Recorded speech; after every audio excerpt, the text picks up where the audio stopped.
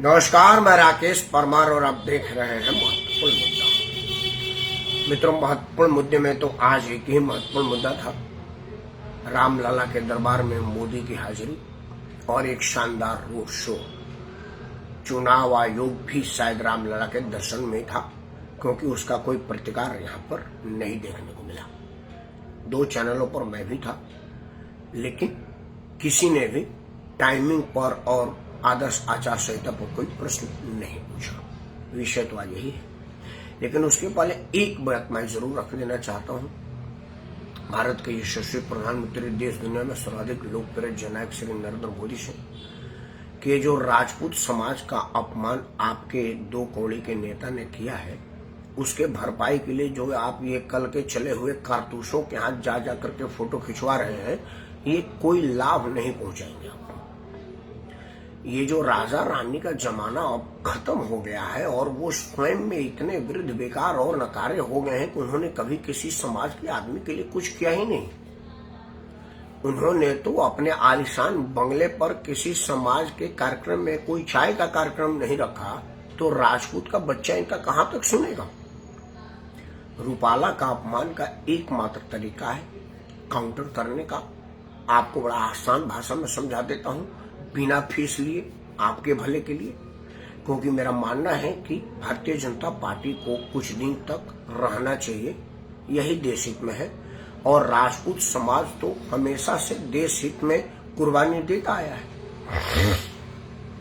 हमने अपनी गर्दनें कुर्बान की हैं, हमने अपने राजकोष कुर्बान की है, हमने अपने आयुध भंडार कुर्बान की है, हमने अपनी समस्त धन और जन कुर्बान किया है। तो ये तो एक छोटा सा अपमान है, लेकिन माननीय प्रधानमंत्री जी शीश झुका सकते हैं, शीश कटा सकते हैं, झुका नहीं सकते।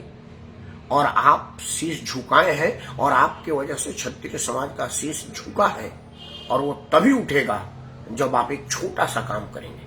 देखिए, मैं जानता हूं कि रूपाला को बाहर आप नहीं कर सकते, चुनावी समय है, मजबूरी है आपका। लेकिन मैं यह भी जानता हूं कि रूपाला बिना आपके इशारे का कह भी नहीं सकता, नहीं तो अब तक पार्टी से बाहर कर दिया गया होता। तो आपके लिए काउंटर है कि 2 मिनट का वीडियो बनाइए। उसमें यह मत कहिए कि 2 कौड़ी के आदमी रूपाला ने कोई गलती किया, ऐसा मत कहिए। मुझे मालूम है आप नहीं कह पाएंगे, तो मैं ऐसी कोई बात नहीं आपके सामने रखूंगा जो आप न कह पाए। आपको सिंपल कहना, बहना भाइयों, क्षत्रिय समाज का योगदान इस देश के कण कण में है। बच्चा बच्चा जानता है मैं क्या लक्ष्य हूं। किसी एक आदमी के कुछ कह देने से क्षत्रिय समाज का अपमान नहीं हो सकता, क्योंकि उस आदमी की औकात ही नहीं है अपमान करने की। सूर्य पर थूकने से थूक सूर्य पर नहीं जाता, पलट के अपने मुंह पर आती है। इसलिए आप लोग सूर्य जैसे विराट हो और आपका अपमान किसी की हैसियत नहीं है। इसीलिए जब आपका अपमान ही नहीं हुआ तो क्षमा किस बात का। आप हमारे अपने थे, अपने हैं और अपने रहेंगे। इसलिए क्षत्रियों को यह बात मान लेना चाहिए कि आपका अपमान करने की औकात किसी में नहीं है। कोई उपाला रूपाला क्या करेगा। 2 लाइन की छोटी सी वीडियो बनाइए, ट्वीट कर दीजिए, देखिए समाज आपके साथ है। नहीं तो उसके पहले से पहले वाला मध्य प्रदेश और राजस्थान में जो नोटा का सोटा चला था, आपको पूरी की सरकार 5 साल के लिए खोनी पड़ी थी। समाज ने समय समय पर आपको सिखाया है, समझाया है, बताया है, बस धमकाया नहीं है, क्योंकि हमें धमकी देने नहीं आता। हम तो सीधे एक्ट करते हैं। धमकाना तो छोटे लोगों का काम है, साधारण लोगों का काम है, और हम ना तो छोटे हैं ना साधारण हैं। आप ये बात जानते हैं, तो सद्बुद्धि लाइए। परमपिता परमेश्वर आपको सद्बुद्धि दे। जिस भगवान राम के शरण में गए थे, उनके वंशजों का सम्मान करिए, उनके कुनवे का मान बढ़ाइए, तभी भगवान राम का आशीर्वाद आपको मिलेगा। नहीं तो आपको भी पता है, हमें भी पता है, और 4 जून को तो सबको पता चल जाएगा। खैर, आज चर्चा मोदी के अयोध्या दौरे पर। देखिए, आदर्श आचार संहिता चुनाव आयोग का विषय है, और चुनाव आयोग अगर आपको कहीं मिले तो उनसे जरूर पूछिएगा। आज ही का क्यों, बहुत कुछ पूछना है, कहाँ तक पूछिएगा, बेचारा पगला जाएंगे। इसलिए मत पूछिए, क्योंकि सरकारी मशीनरी का इस्तेमाल अब प्रश्न नहीं रहा, बेशर्मी का हद हो गया है। मैं उस पर नहीं जा रहा। मैं सिर्फ यहाँ जा रहा हूँ कि मोदी को अयोध्या जाना चाहिए या नहीं जाना चाहिए, वो जाके सही किए या गलत किए।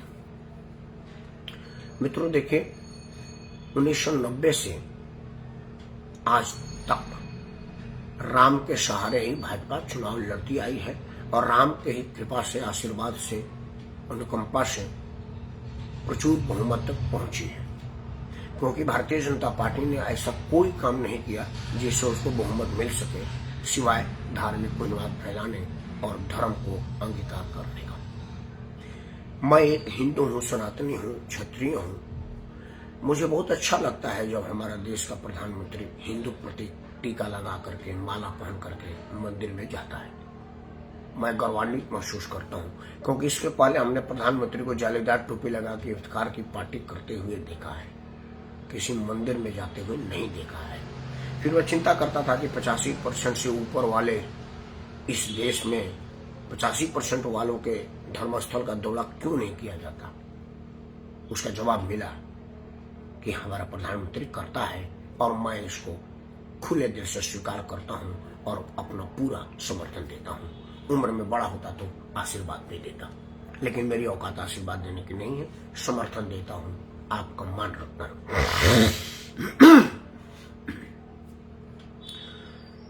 नरेंद्र मोदी जब से प्रधानमंत्री बने हैं तब से आज तक उनका 10वां वर्ष अब 26 मई को समाप्त हो जाएगा। पूरे 10 साल के कार्यकाल में ऐसा कोई मौका नहीं आया कि वो देश में, विदेश में अगर कहीं दौड़े पर हों तो वहां के हिंदू धर्म स्थल का दौरा न किया हो। वो विदेश में भी जाते हैं तो वहां के मंदिरों की दौरा करते हैं और बाकायदा उसका टीवी पर प्रसारण करवाते हैं। मतलब वो बताते हैं कि मैं हिंदू हूं और मुझे हिंदू होने में कोई संकोच नहीं है, शर्म नहीं है, झिझक नहीं है, जो पहले के प्रधानमंत्रियों में था।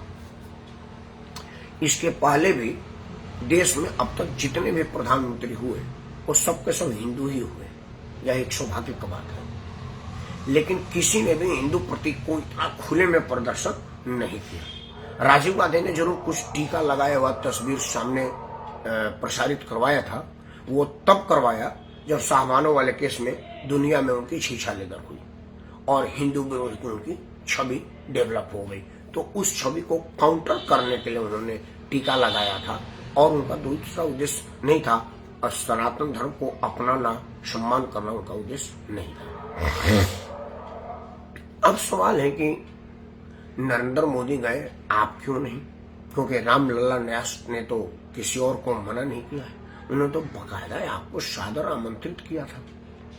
रामलला न्यास ट्रस्ट ने देश भर के, दुनिया भर के लोगों को सादर अनुरोध किया था कि कृपया मत आइए, हम आपको दर्शन करवाएंगे, समय आने दीजिए।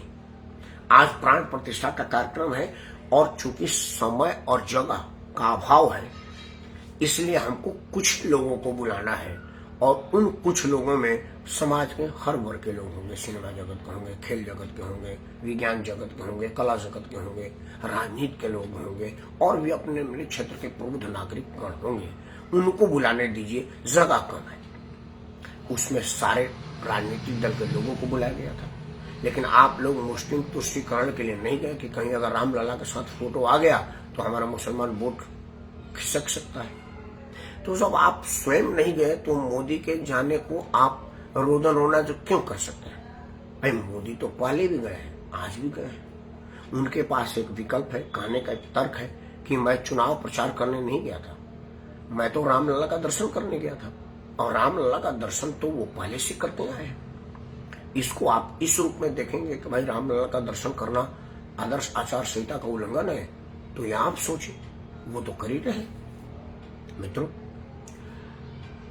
समाज में सामाजिक सौहार्द बनाने के लिए सनातन का मजबूत होना बड़ा जरूरी है, क्योंकि यहाँ पर सनातन मजबूत है तभी सभी धर्म सुरक्षित है। बाकी दुनिया में जहाँ सनातन की संख्या कम है वहाँ बाकी किसी धर्मों का कोई स्थान नहीं है। आप सीरिया देखिए, मंगोलिया देखिए, ईरान इराक देख लीजिए, बहुत से ऐसे देश हैं जहाँ मुसलमान था ही नहीं, कुछ आए और उसके बाद सिर्फ मुसलमानी हो गए। तो इसलिए देश में सनातन को होना जरूरी है, तो सनातन प्रतीकों का मजबूत होना भी जरूरी है। और सनातन को मजबूत होने पर वोट भी मजबूत हो, वोट के माध्यम से भी मजबूत हो, तभी सनातन का सम्मान बनेगा। नरेंद्र मोदी आज अयोध्या गए, वो एक दौड़े से मतलब एक तीर से 3 शिकार किए। सबसे पहले तो वो फिर से एक बार लोगों को याद करा दिए कि ये वही पवित्र मंदिर है जिसको हमने बनवाया था। और यह नरेंद्र मोदी का सौभाग्य है कि विपक्ष के विफल प्रयास से या सफल प्रयास से वह राम मंदिर भाजपा के नाम चढ़ गया है, जबकि उसमें भाजपा का 1 रुपया नहीं लगा है। वो सर्वोच्च न्यायालय के सर्वोच्च निर्णय से बना और आम भारतवासियों के 1-1 रुपया, 51 रुपये, 11,000 रुपया के चंदे से बना। जिसकी जितनी हैसियत थी उतनी लोगों ने चंदा दिया है। उसमें और भी राजनीतिक दल के लोग दिए हैं, तो जरूरी नहीं है कि भाजपा के लोगों ने दिया है। बहुत कई राजनीतिक दल के बड़े बड़े लोगों को मैंने चंदा देते देखा है, सुना है। कई लोगों को मैं निजी तौर पर जानता हूँ जो राम लला के घोर विरोधी हैं सार्वजनिक तौर पर, लेकिन उन्होंने चंदा बहुत मोटी दिया है और दिल खोल के दिया है।